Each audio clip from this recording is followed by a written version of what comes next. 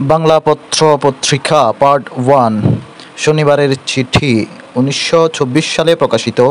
সম্পাদক সজনীকান্ত দাস। ব্যঙ্গধর্মী সাহিত্য পত্রিকা হলো শনিবারের চিঠি। বিজলি পত্রিকার সম্পাদক নলিনীকান্ত সরকার, প্রবোধ কুমার সন্যাল। গ্রামবার্তা প্রকাশিকা গ্রামবার্তা প্রকাশিকা একটি মাসিক পত্রিকা যেটি 1863 সালে প্রকাশিত হয়। সম্পাদক কাঙ্গাল হরিনাথ।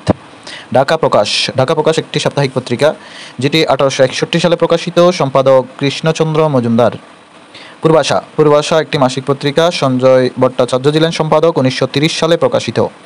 কল্লোল দীনেশ রঞ্জন দাসের সম্পাদনায় 1923 সালে প্রকাশিত। সাপ্তাহিক সৈনিক, যেটির প্রকাশক হচ্ছেন শাহেদ আলী। ভাষা আন্দোলনের মুখপত্র ছিল সাপ্তাহিক সৈনিক। জ্ঞানের নেশন 1931 সালে প্রকাশিত। দক্ষিণারঞ্জন মুখোপাধ্যায় এটি সম্পাদক ছিলেন এটির, এবং এটি ইয়ং বেঙ্গল এর মুখপত্র ছিল।